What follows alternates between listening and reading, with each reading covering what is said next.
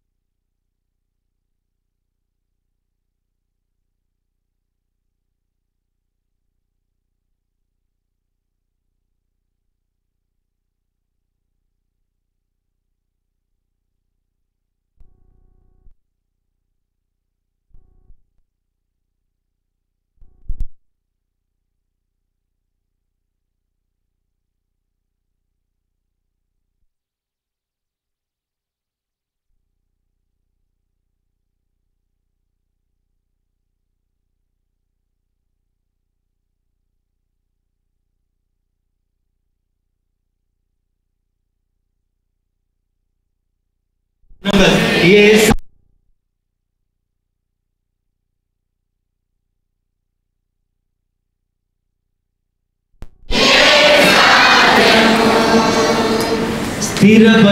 స్థిరపరచువాడవు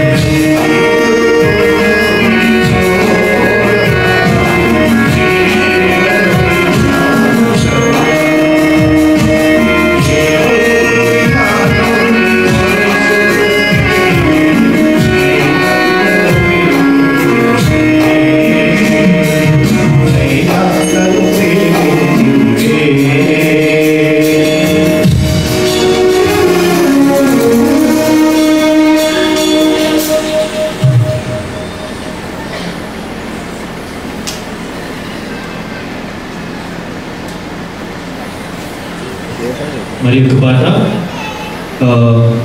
మేము ముగ్గురము కలిసి పాడాలని అనుకుంటున్నాము. నేను, నా భార్య, అలాగే నా పెద్ద కూతురు ఒలివియా. ఈ పాట షీట్లో నుండి 10వ నంబర్ పాటను మనం పాడతాము. నీకు పాతిష్యం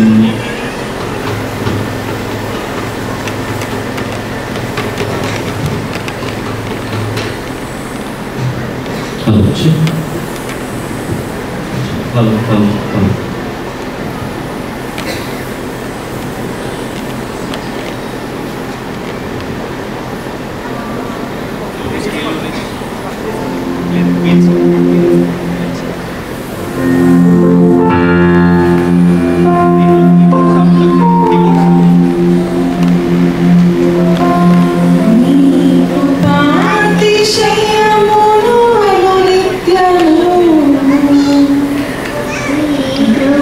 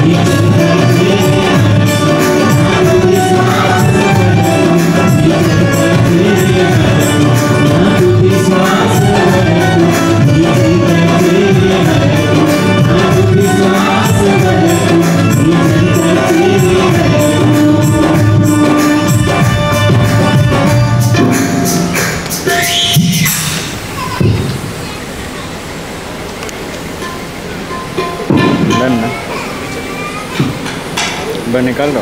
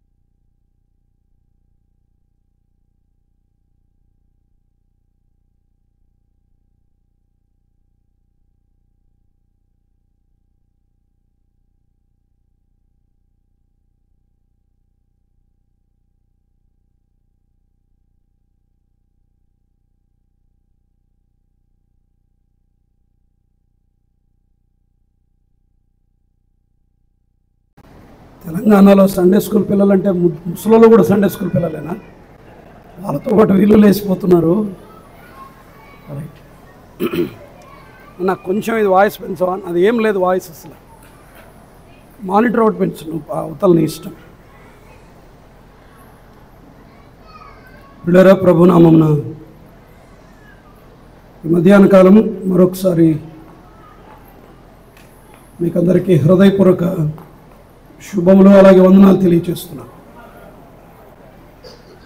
మా ఆ చివరిలో కూడా వందనాలమ్మా. రైట్. ఇట్లా కూర్చుంటే చాలాసార్లు నన్ను ఎక్కిరిచ్చినట్టు అనిపిస్తుంది. అంటే నాకు కొన్ని చోట్ల ఎంట్రికలు ఉండి కొన్ని చోట్ల ఎంట్రికలు లేకుండా, కొన్ని కుర్చీలు ఖాళీ ఉండి కొన్ని కుర్చీలు భర్తీ అయ్యి నా నా నా తలకాయ నేను చూసుకున్నట్టు అనిపిస్తుంది కొన్నిసార్లు. అది ఏం అలవాటో కానీ మధ్య ఇంత వదిలేస్తారు, ఆ చివరిలో కూర్చుని ఉంటారు. ఇప్పటికీ నేను ప్లేస్ చెప్పను, ఆంధ్రాలోనే ఒరిస్సా బార్డర్లో నాకు తెలిసిన ఒక స్థలానికి వెళ్ళాను.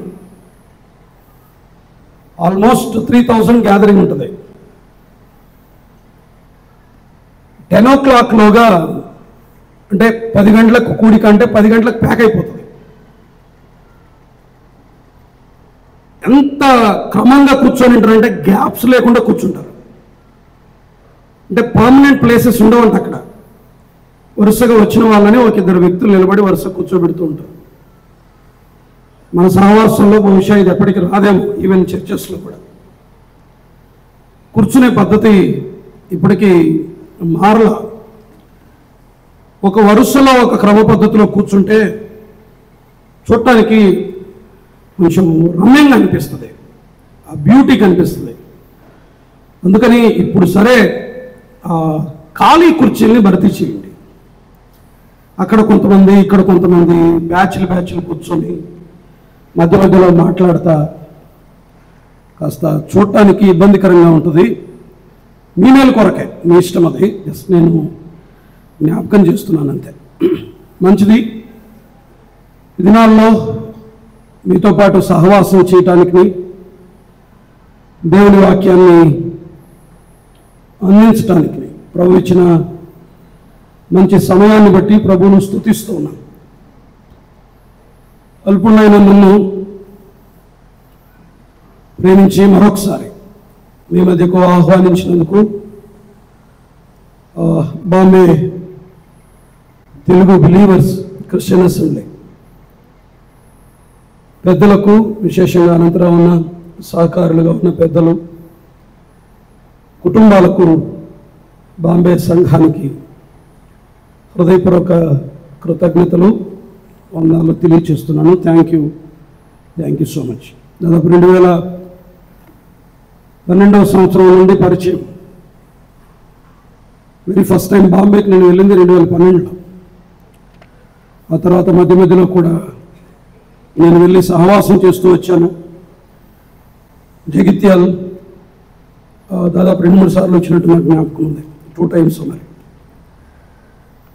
మరొకసారి రావటానికి ప్రభువును అనుగ్రహించిన అనుకూలతను బట్టి ప్రభువును స్తుతిస్తూ ఉన్నాను. చాలా ఏళ్ల తర్వాత పరిచయమైన ప్రియులను చూడటానికి ప్రభు ఇచ్చిన కృపను బట్టి కూడా ప్రభువును స్తుతిస్తున్నాను. వర్తమానం అయిన తర్వాత నా ప్రయాణం ఉంది, దయచేసి నా కొరకు ప్రార్థన చేయండి. రేపు ఒక కూడిక హౌస్ ఓపెనింగ్ ఉంది మా దగ్గరే. ఎల్లుండి ప్రయాణమే, మళ్ళీ నెల్లూరు వెళ్ళాలి, అంటే రేపు రాత్రే బయలుదేరి వెళ్ళాలి. దయచేసి మీకు జ్ఞాపకం వచ్చినప్పుడు నన్ను మీ ప్రార్థనలో జ్ఞాపకం చేసుకోవాలని ప్రభు పేరట ప్రేమతో మనం చేస్తున్నాం. ఒక వచన భాగాన్ని చదువుదాం. నా స్వరస్థితిని బట్టి కొంచెం సమయాన్ని తగ్గించి నేను మాట్లాడతాను. కొరింథీయులకు రాసిన మొదటి పత్రిక, నేరుగా 16th చాప్టర్కి వస్తున్నాను. మిగిలిన అధ్యాయాలను నేను తాకట్లేదు, అవసరాన్ని బట్టి. డాక్ట్రినల్ మెసేజెస్ విన్నాం, నాయకులకు అవసరమైన వర్తమానం నిన్న రాత్రి విన్నాం, ఉదయకాలం విశ్వాసులమైన మనకు అందరికీ అవసరమైన వర్తమానం విన్నాం. ఇదే కొరింథీ పత్రికలో 2 కుటుంబాలు కనిపిస్తాయి. మొదటి అధ్యాయంలోనే 2 కుటుంబాలను ప్రస్తావించాడు పౌలు. క్లోయే ఇంటివారు, స్టెఫనీ ఇంటివారు అని మొదటి అధ్యాయంలోనే మెన్షన్ చేశాడు. ఈ స్టెఫనీ ఇంటి వారిని గురించి 16వ అధ్యాయంలో మరలా జ్ఞాపకం చేస్తాడు. చూడండి, 16వ అధ్యాయం వచనం 15. స్టెఫనీ ఇంటివారు అకయ యొక్క ప్రథమ ఫలమై ఉన్నారని, వారు పరిశుద్ధులకు పరిచర్య చేయుటకు తమను తాము అప్పగించుకొని ఉన్నారని మీకు తెలియను. కాబట్టి సహోదరులారా, అట్టి వారికి పనిలో సహాయము చేయుచు ప్రయాసపడుచు ఉండు వారికి అందరికీ మీరు విధేయులై ఉండవలనని మిమ్మును బతిమాలుకొనుచున్నాను. స్టెఫెను, ఫోర్మునాతు, అకయికి అని వారు వచ్చినందున సంతోషించుచున్నాను.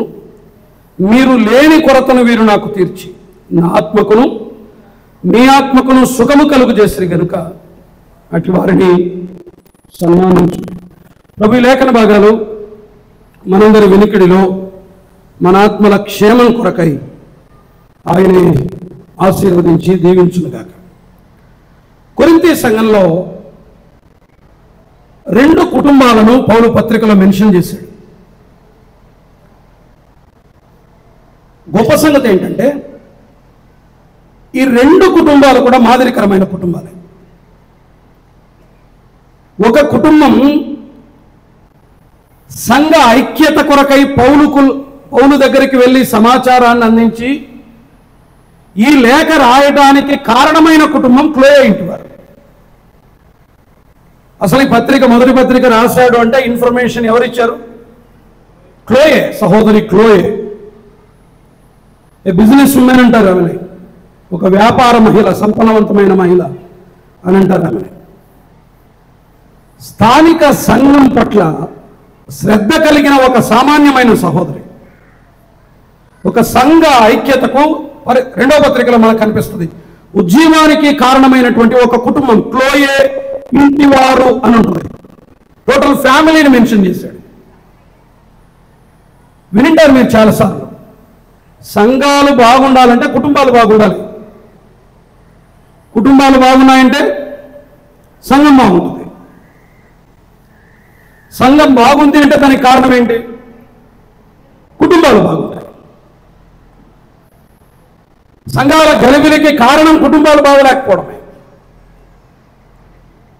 అవి చిన్న నమూనాలు. సంఘానికి ప్రతి కుటుంబం ఒక చిన్న నమూనా. క్లోయ ఇంటి వారు మాత్రమే కాకుండా 16వ అధ్యాయంలో స్టెఫనీ ఇంటి వారిని గురించి రాశాడు. మనం ఆలోచన చేయబోతున్నది వాళ్ళని. ఈ స్టెఫనీ ఇంటి వారికి సంబంధించి కొన్ని సంగతులు వినకముందు ఆ ఫ్యామిలీకి ఉన్న ఒక ప్రత్యేకత చూసిన తర్వాత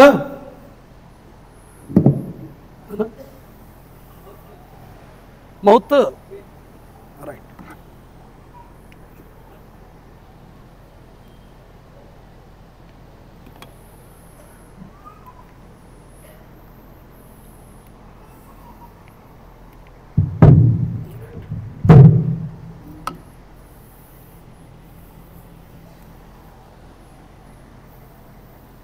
ఈ కుటుంబానికి ఉన్న కొన్ని ప్రత్యేకతలు నేను త్వరగా జస్ట్ జ్ఞాపకం చేస్తాను. మీరు చూడండి 15వ వచనం. స్టెఫనీ ఇంటి వారు అకయ యొక్క ప్రథమ ఫలమై ఉన్నారని వారు పరిశుద్ధులకు పరిచర్య చేయుటకు తమను తామే అప్పగించుకొని ఉన్నారని మీకు తెలియను అని అన్నాడు. వినండి, స్టెఫనీ ఇంటి వారు అకయకు ప్రథమ ఫలం అని అన్నాడు.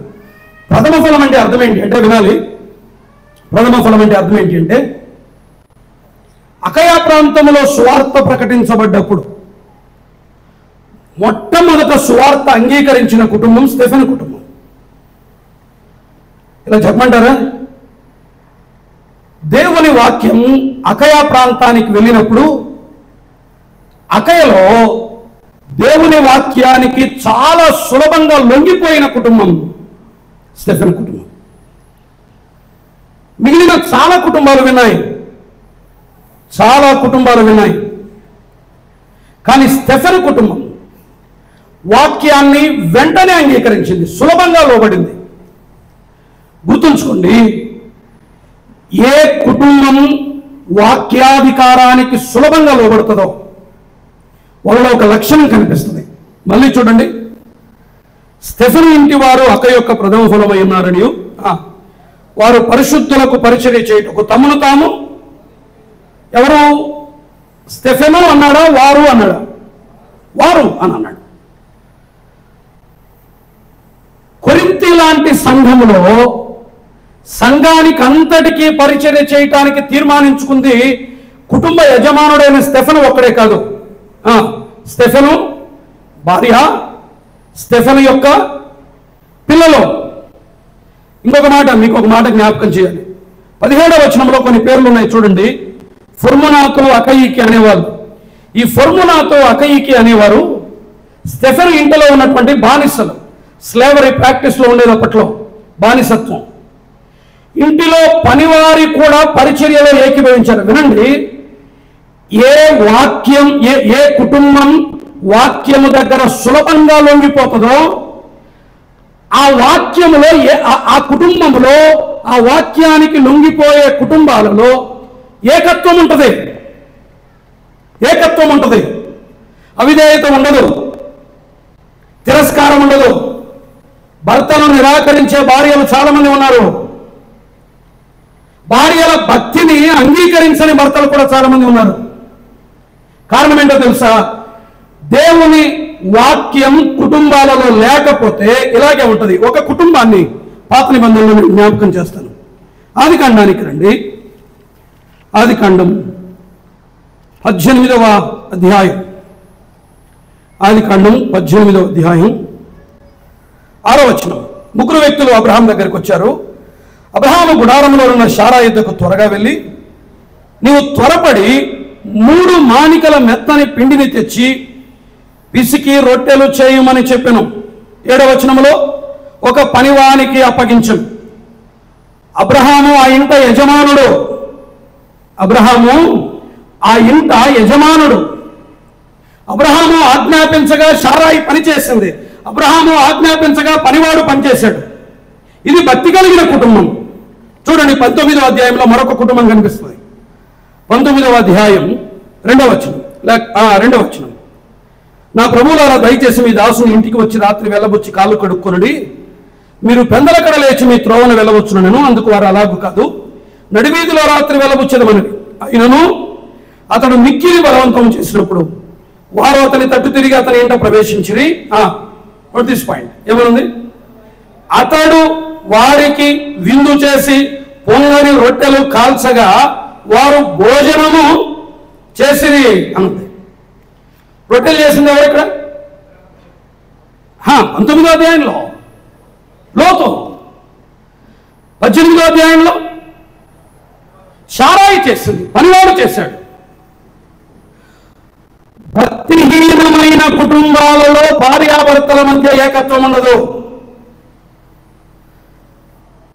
మీకు దేవునితో మీకు వాక్యముతో సంబంధం లేదు అనటానికి ఎవిడెన్సెస్ ఏంటంటే మీ ఇద్దరి మధ్య ఐక్యత ఉండదు, ఏకత్వం ఉండదు.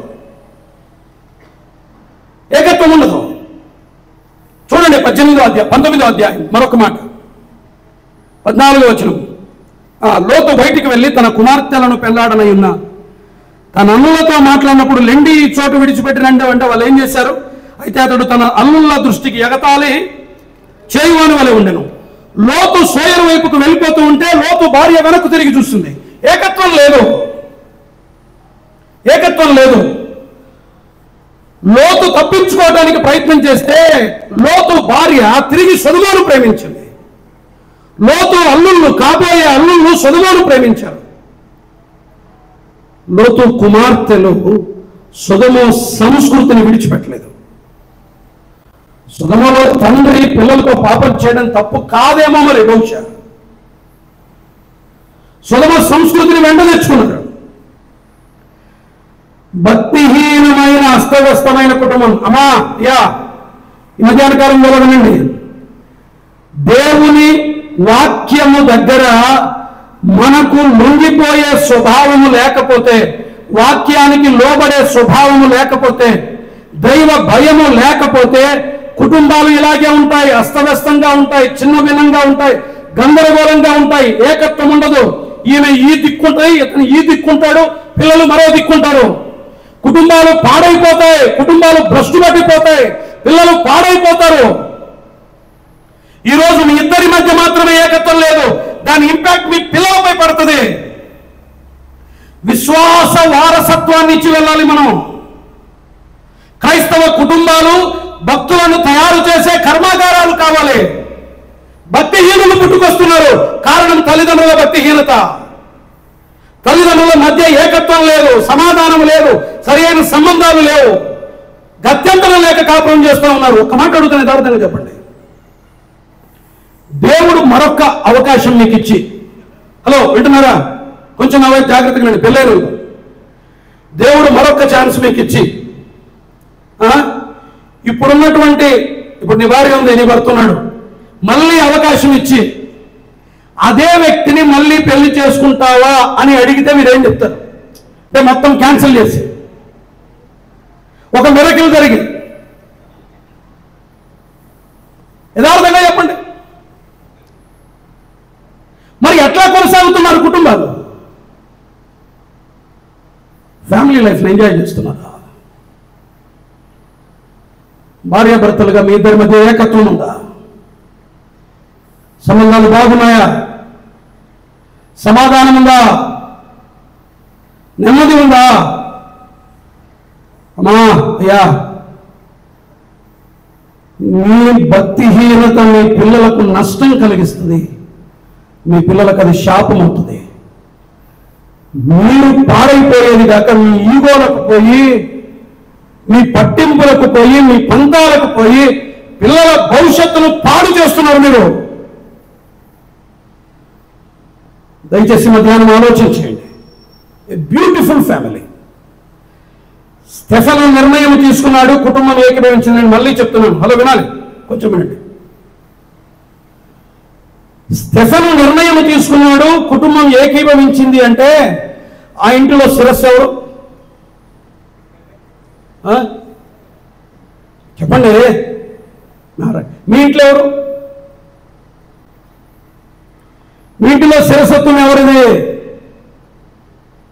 సరే, ఇంకొక మాట అడుగుతాను.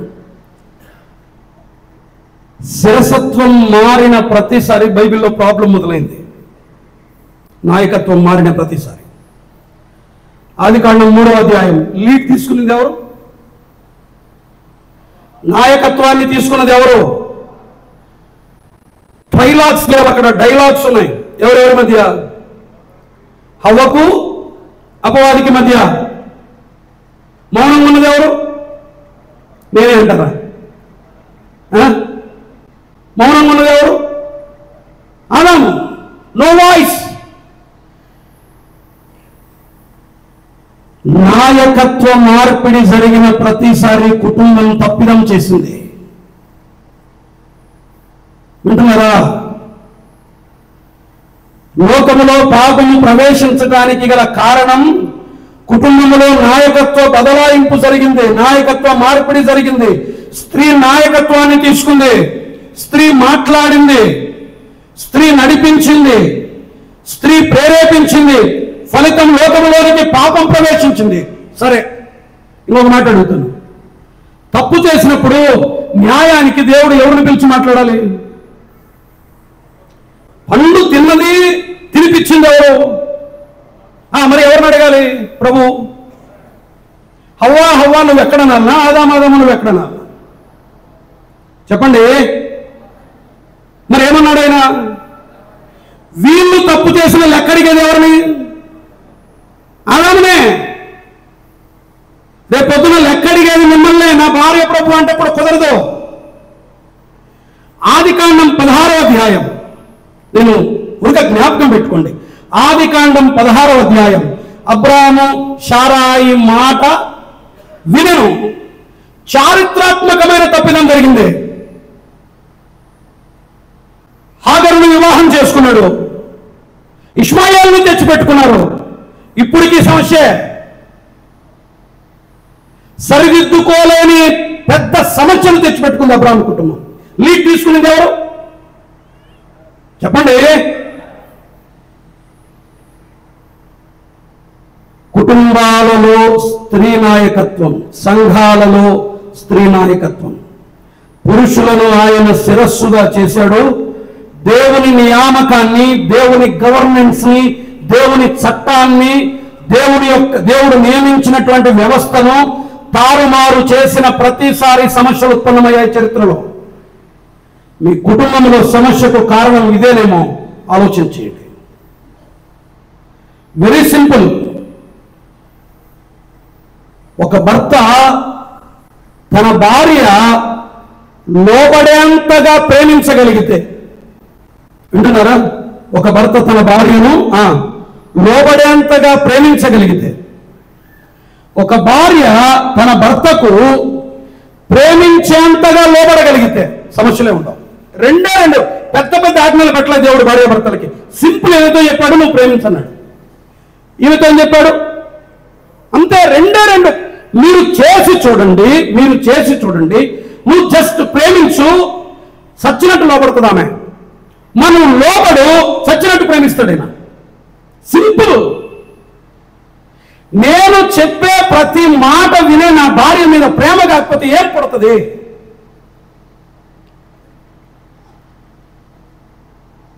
నేను ఇంత ప్రేమిస్తే నా భార్యను నాకు లోబడకుండా ఎలా ఉండగలదు? అంతే.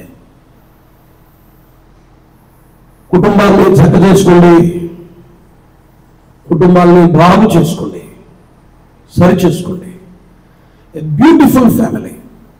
ఒక సుందరమైన కుటుంబం. కొరింథీ లాంటి గలిబిలితో కూడిన సంఘంలో ఒక కుటుంబం తన జీవితాన్ని, తన భక్తిని, తన సాక్ష్యాన్ని కాపాడుకుంది.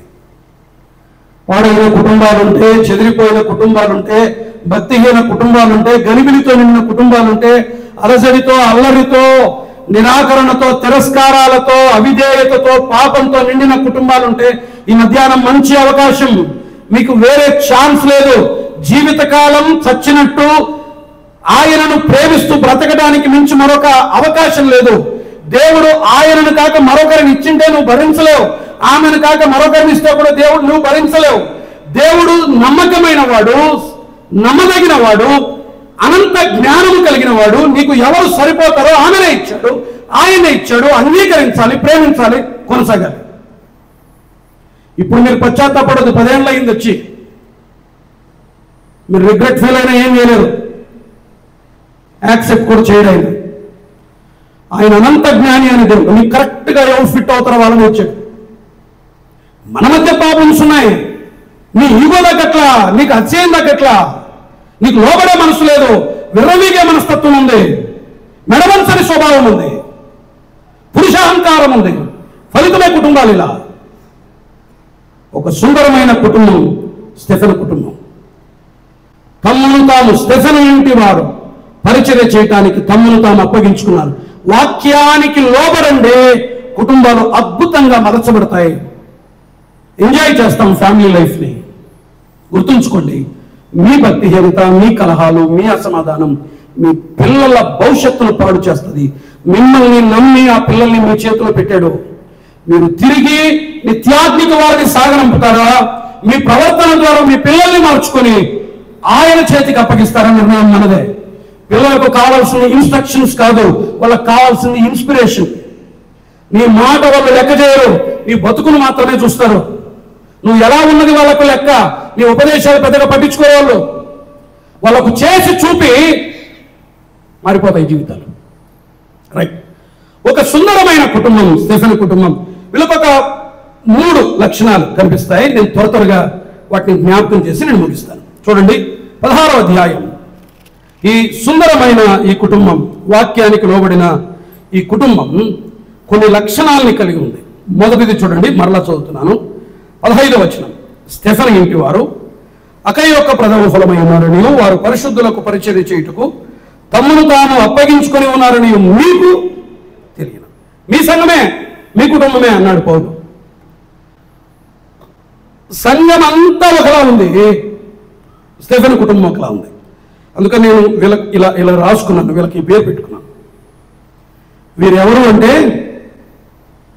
వీరు వారితో చేరని వారు. ఈ కుటుంబానికి ఉండే మొట్టమొదటి లక్షణం. వీరెవరు? నేను చెప్పిందే చెప్పండి చాలు. వీరెవరు?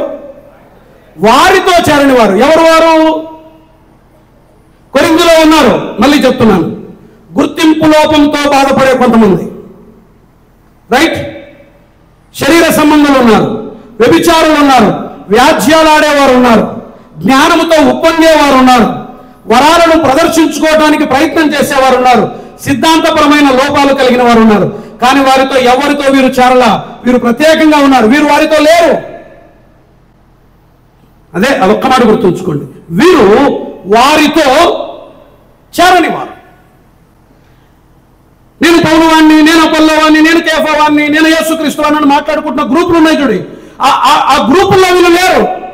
ఆ గ్రూపిజం వీరి కంటల, ఆ వర్గాలు వీరి కంటల, ఆ కక్షలు వీరి కంటల, ఆ కలహాలు వీరి కంటల. వీరు ప్రత్యేకంగా ఉన్నారా? మీరు గ్రూపుల్లో ఆ బ్యాచ్తో ఉన్నారా? కలహించే వారితో ఉన్నారా? సంఘంలో కక్షలతో, కలహాలతో, అసూయతో, విభేదాలతో, తిరుగుబాటుతో ఉన్న వారితో మీరున్నారా? ఆలోచన చేయండి మధ్యాహ్నం. వీరు వారితో చేరరా? ఆ సంఘములో ఉన్నమాట నిజమే. ఆ సంఘములో కలహించేవారు ఉన్నారు, వ్యభిచారులు ఉన్నారు, వ్యాజ్యాలు ఆడేవారు ఉన్నారు, సిద్ధాంతపరమైన లోపాలు కలిగిన వారు ఉన్నారు, కృపావరాలను తమను తాము ప్రదర్శించుకోవాలన్న ప్రయత్నం చేసేవారు ఉన్నారు, జ్ఞానంతో ఉప్పొంగేవారు ఉన్నారు, రకరకాల వ్యక్తులు ఆ సంఘంలో ఉన్నారు. వారితో ఎవరితో వీరు చేరలా. వాళ్ళు ప్రత్యేకమైన వారు. We need such kind of families. ఇలాంటి కుటుంబాలు సంఘాలకు కావాలి. వాళ్ళు కలహించని వారితో చేరకండి. లేఖనంలో కొన్ని మాటలు ఉన్నాయి, వీరు వారితో చేరలా. లూకాసు వార్త చూడండి, 23వ అధ్యాయం 50వ వచనం. లూకాసు వార్త 23వ అధ్యాయం వచనం 50. సభ్యుడైన యోసేపు అని ఒకడు ఉండేను.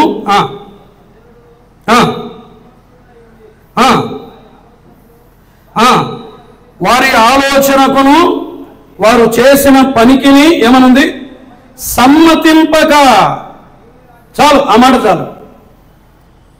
ఈయన వారితో లేడు, వారి కుట్రలతో లేడు, వారి హింసాత్మకమైన స్వభావంతో లేడు, కీడు చేసే వారి మనసుతో ఈయన లేడు. పట్టణపు సభ్యుడే. వారితో చేరలా అరిమిత యోసేపు. యాకోబు రాస్తాడు ఆదికాండం 49వ అధ్యాయంలో, నా ప్రాణమా ఏమన్నాడు? వారితో చేరవద్దు. నా ఘనమా వారి ఆలోచనతో చేరవద్దు. ఎవరు వారు? సొంత కుమారులు షిమ్యోను లేవీలు. హలో, వినాలి. సొంత పిల్లలు చెడ్డవారైనా సొంత పిల్లలతో సహా చేరలేదు. నా ప్రాణమా వారితో చేరవద్దు, నా ఘనమా వారి సంఘముతో కలుసుకునవద్దు. నేను మీతో చేరను. మీవి బలత్కారపు ఆయుధాలు. సొంత వారైన తప్పుడు విధానాలతో ఉంటే వారితో చేరలేదు యాకోబు. మీ వాళ్ళైతే చేరతావా? కుట్రలకు, కుతంత్రాలకు, కక్షలకు, గలిబిలికి, విభజనకు, చీలికలకు, సమస్యలకు వారితో చేరతావా? మీ బంధువు అయితే చేరతావా? దేవుని సంఘం ఇదే. దేవుని సంఘము యొక్క గాంభీర్యతను, దేవుని సంఘము యొక్క పరిశుద్ధతను, దేవుని సంఘం యొక్క ఐక్యతను కాపాడుకోవడానికి పూనుకున్న కుటుంబం స్టెఫెను కుటుంబం. వీరు వారితో చేరని వారు. వారితో చేరకండి. వారి కలహాలు, వారి అసూయలు, వారి వ్యభిచారం, వారి వ్యాజ్యం, వారి తప్పుడు బోధలు, వారి ఉప్పంద్యతత్వం, వారితో చేరకండి. ప్రత్యేకంగా ఉండండి, నమ్మకంగా ఉండండి. మీ స్థానిక సంఘంలో మీరొక్కరు నమ్మకంగా ఉండండి చాలు. మీరు వారితో చేరని వారు. మొదటిది. రెండవది 16వ అధ్యాయం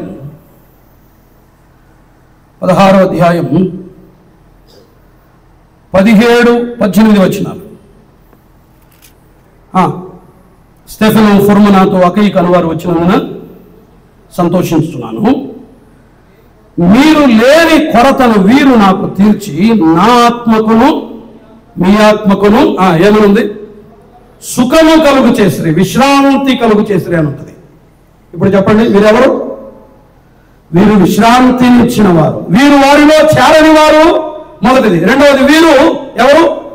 విశ్రాంతిని ఇచ్చిన వారు. ఎవరికి? చూడండి 16వ అధ్యాయంలోనే పౌలు ఒక మాట అన్నాడు. ఎందుకు ఎఫెసుకు వెళ్ళారు? ఎందుకు ఎఫెసుకు వెళ్ళాడు? 9వ వచనం 16:9. మంచి సమయం నాకు ప్రాప్తించి ఉన్నది, మరియు ఎదిరించువారు అనేకులున్నారు. ఎక్కడ? ఎఫెసులో. పౌలు ఎఫెసులో ఉన్నాడు. తిరస్కారాలు ఎదుర్కొంటున్నాడు. 2వ పత్రికలో రాశాడు, ఎఫెసులో నేను మృగములతో పోరాడితిని. పోరాటాలు ఉన్నాయి, కలహాలు ఉన్నాయి, నిరాకరించేవారు ఉన్నారు, నొప్పించిన వారు ఉన్నారు, ఎదిరించిన వారు ఉన్నారు. ఒక దైవ సేవకుడు శ్రమలో ఉండగా, ఒక దైవ సేవకుడు నిరాకరించబడుతుండగా, ఒక నాయకుడు మృగములతో పోరాడుతుండగా, శ్రమలో బాధలో ఉన్న నాయకుడిని చూసి వెళ్ళి ఆదరించి విశ్రాంతినిచ్చిన వారు వీరు. నమ్మకమైన యోగ్యమైన నాయకత్వానికి విశ్రాంతినిచ్చేవారు కావాలి.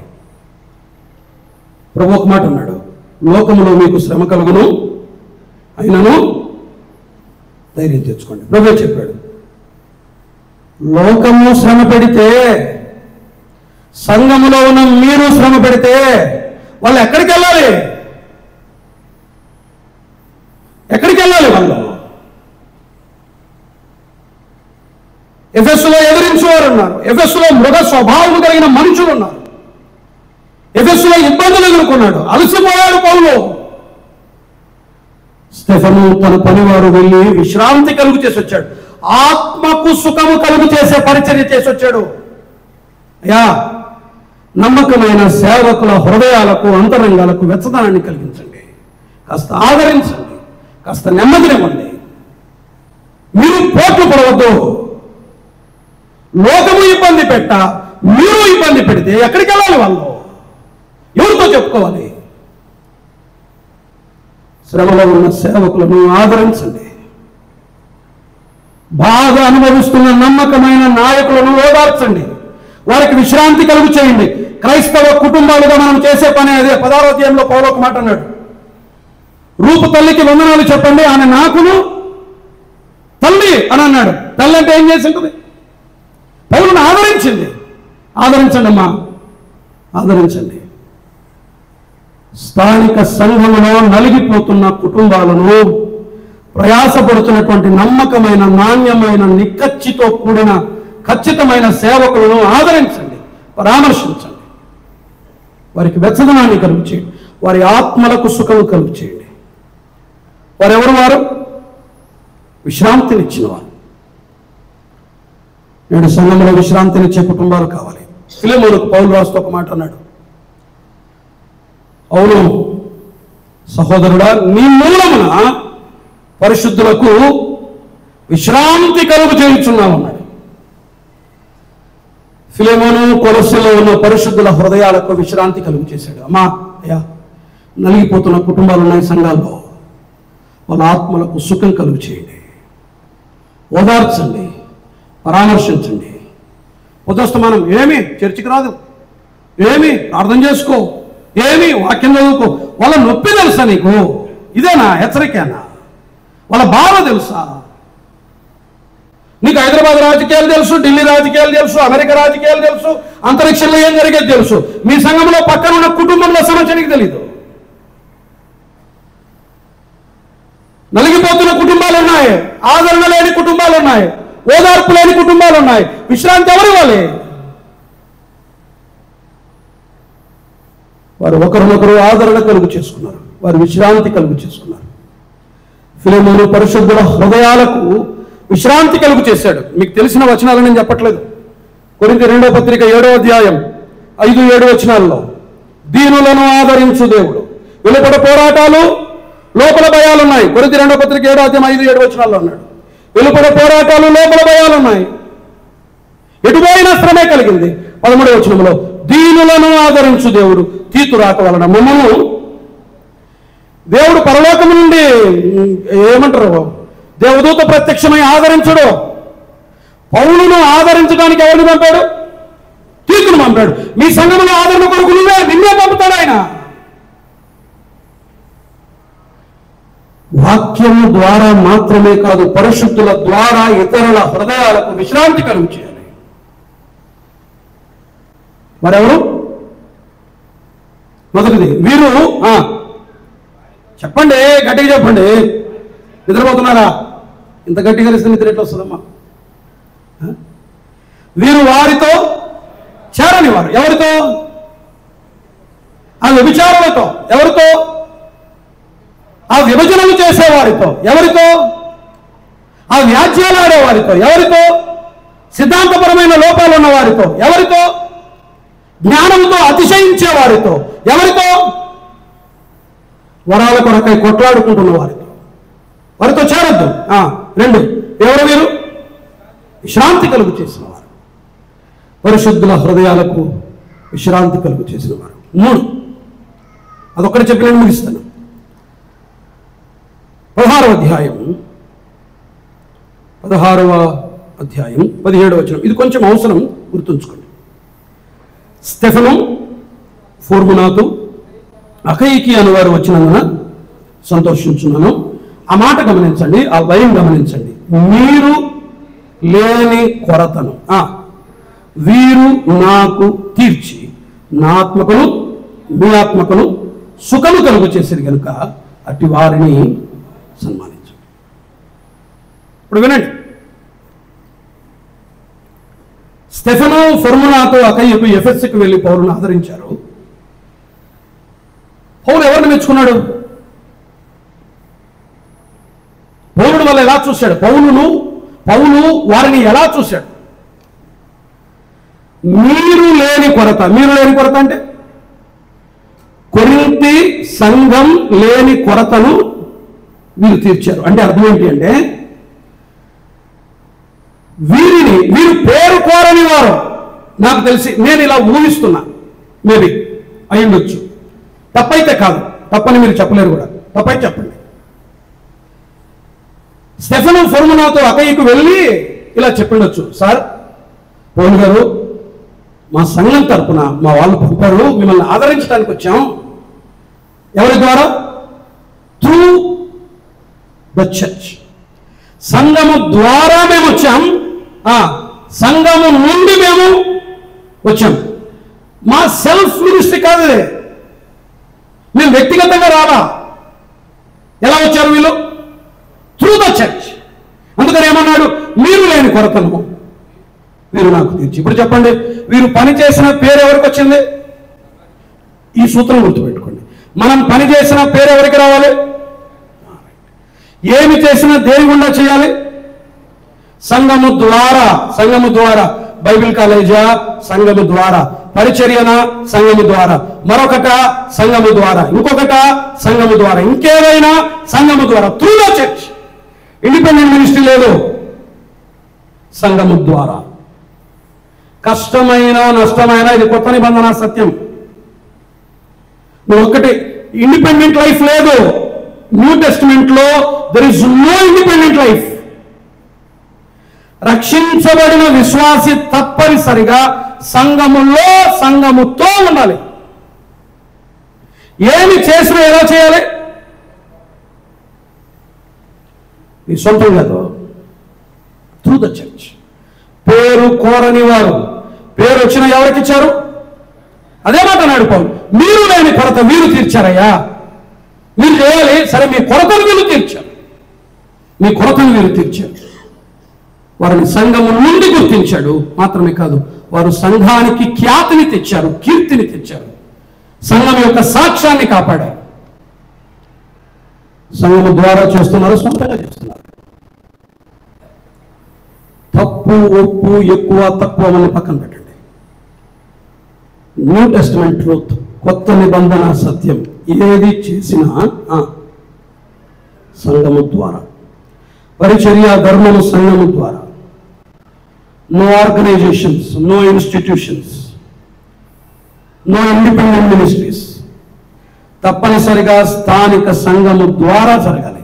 వీరు పేరు కోరని వారు, పనిచేశారు కానీ పేరు కోరల. నేను ముగిస్తున్నాను. ఒక సుందరమైన కుటుంబం కొత్త నిబంధనలో కొరింథీయులకు రాసిన మొదటి పత్రికలో చాలా విషయాలు ఉన్నాయి. నేను మూడే జ్ఞాపకం చేశాను. ఒక అద్భుతమైన కుటుంబం. అక్కయ్యకు సువార్త వచ్చినప్పుడు సులభంగా వాక్యం దగ్గర లొంగిపోయారు, అరెస్ట్ అయ్యారు, చేతులు పైకెత్తేస్తారు. మేము లొంగిపోతున్నాం ప్రభువా. ఆమెను తమను తాము అప్పగించుకున్నారు. వారే ప్రథమ ఫలం, వెరీ ఫస్ట్ యేసుక్రీస్తును అకయ ప్రాంతంలో నమ్ముకున్నది వాళ్ళే. చాలా ఈజీ అయింది. కొంతమందితో చాలా ఈజీ. వాక్యం చూపించేటప్పుడు మనం లొంగిపోతారు. ఎవరన్నా అరెస్ట్ అంటే లేపేస్తారు కదా. వీళ్ళ దగ్గర పోయి వాక్యం చూపించామనుకోండి, పప్పుమని లొంగిపోతారు. పెద్ద కష్టపడాల్సిన కల్లా వీళ్ళ దగ్గర కొన్ని మొండి హృదయాలు ఉంటాయి. ఈడ్చిచ్చి కొట్టిన లొంగరు. వీళ్ళే తలనొప్పి సంఘాలకి. బయటికి పోవడం, లోపల మనలే ఉండేరు. చాలా మంది తలనొప్పి. వాక్యానికి లోబడిన వారితో చాలా సమస్యలు సంఘాల్లో. ఈజీగా ఈల్డ్ అవ్వాలి వర్డ్ ఆఫ్ గాడ్ దగ్గర. మెత్తగా ఉండాలి వాక్యం లోపలికి చేరడానికి. అది స్టెఫనీ ఇంటి యొక్క అద్భుతమైన లక్షణం. ఇది ఫలితం. కుటుంబంలో రిలేషన్స్ చూడండి ఎంత అద్భుతంగా ఉన్నాయో. పనివాడు మొదలుకొని యాజమాన్యానికి అంగీకరించాడు, లోబడ్డాడు, విధేయత చూపాడు. ఆ శిరసత్వాన్ని స్టెఫనీ ఇంటిలో చూస్తాం. మీ అస్తవ్యస్తమైన జీవితానికి, భార్యాభర్తల మధ్య సంబంధాలు సరిగా లేకపోవడానికి అతి ప్రధాన కారణం దైవభక్తి లోపం, వాక్యంతో సంబంధం లేకపోవడం, ప్రభువు మీతో వ్యక్తిగతంగా మాట్లాడకపోవడం, దేవుని వాక్యం దగ్గర మీకు లొంగిపోయే మనస్తత్వాలు లేకపోవడం. వాక్యానికి లోబడండి, దేవునికి భయపడండి. అద్భుతమైన సంబంధాలు ఉంటాయి, చాలా అద్భుతమైన సంబంధాలు ఉంటాయి. మీ భార్య మీ మాట వింటదే, దానికైనా లోబడండి. అందుకని కానీ వాక్యం మీ భార్యలు వింటారు. అప్పుడప్పుడు భర్తలు కూడా మీ మాట వింటారమ్మా. అబ్రాహ్మ శారాయి మాట విన్నాను కదా, వీళ్ళు కూడా వింటారు. కనీసం మీ భర్తల్ని లోబరుచుకోవడానికైనా వాక్యానికి లోబడండి. వాక్యానికి లోబడండి. అల్టిమేట్ అసలు అద్భుతమైనటువంటి సంబంధాలు ఉంటాయి. ఆ రిలేషన్షిప్ చాలా అద్భుతంగా ఉంటుంది. ఆ బ్యూటీ క్రైస్తవ కుటుంబ జీవితంలోని మాధుర్యం యేసుక్రీస్తుతో సంబంధం సరిగా ఉన్నప్పుడే. ఒక ఎగ్జాంపుల్ చెప్పి నేను ఫినిష్ చేస్తాను. ఈ మూడు మర్చిపోవద్దు. వీరు వారితో రెండు, వీరు విశ్రాంతినిచ్చిన వారు, వీరు పేరు కోరని వారు. రైట్, ఈ మూడు గుర్తుంచుకోండి. సింపుల్ ఒక ప్రిన్సిపల్ గుర్తుపెట్టుకోండి. ఆదము హవ్వలు ఏక శరీరమై ఉండెను. 2వ అధ్యాయం చివరి వచనం. 3వ అధ్యాయంలో ఒకడు వచ్చాడు, రైట్? పండు తిన్నారు. పండు తిన్న తర్వాత వెంటనే జరిగింది ఏంటి మీరు చెప్పండి?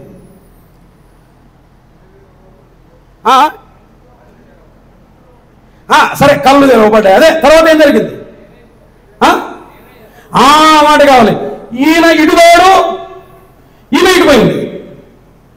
ఓకే, దానికంటే ముందేం జరిగింది? వారు దేవునికి వేరయ్యారు. తర్వాత ఏమయ్యారు? వీరిద్దరు వేరయ్యారు. గుర్తుపెట్టుకోండి, దేవునికి దూరం అయితే ఆటోమేటిక్గా మీ ఇద్దరు కూడా దూరం అవుతారు. రైట్? మళ్ళీ ఎప్పుడు దగ్గర అయ్యారు? దేవుడు వారి కొరకై అంజూరపు కచ్చడాలను తీసేసి చర్మపు చొక్కాలను చేయించిన తర్వాత బలియాగం ఏర్పడింది. అక్కడ రక్తము చిందించబడింది, ఒక పశువు వధించబడింది. తిరిగి వారిద్దరి దగ్గరకు వచ్చాడు. ఎందుకని? దేవుడు వారి దగ్గరికి వచ్చాడు. ఈ సింపుల్ ప్రిన్సిపల్ గుర్తుపెట్టుకోండి. మనము దేవునికి ఎంత దగ్గర అయితే మీ ఇద్దరు అంత దగ్గర అవుతారు. దేవునికి కనుక దూరం అయితే ఆటోమేటిక్గా నీ భార్యకు నీవు దూరం అయిపోతావు. అంతే. దగ్గర కావడానికి ఒకే సూత్రం. మీ ఇద్దరు దగ్గర కావాలంటే ఒక సూత్రం. మీ ఇద్దరు కలిసి ముందు దేవునికి దగ్గర వెళ్ళి లోపడతారు. ఈ మాటలను మనందరి క్షేమం కొరకై ఆశీర్వదించి దీవించిన కాదు. తొందర ముగిస్తున్నాను. 45 minutes చెప్పినాను. Thank you. అందరికి వందనాలు. నా కొరకు ప్రార్థన చేయండి.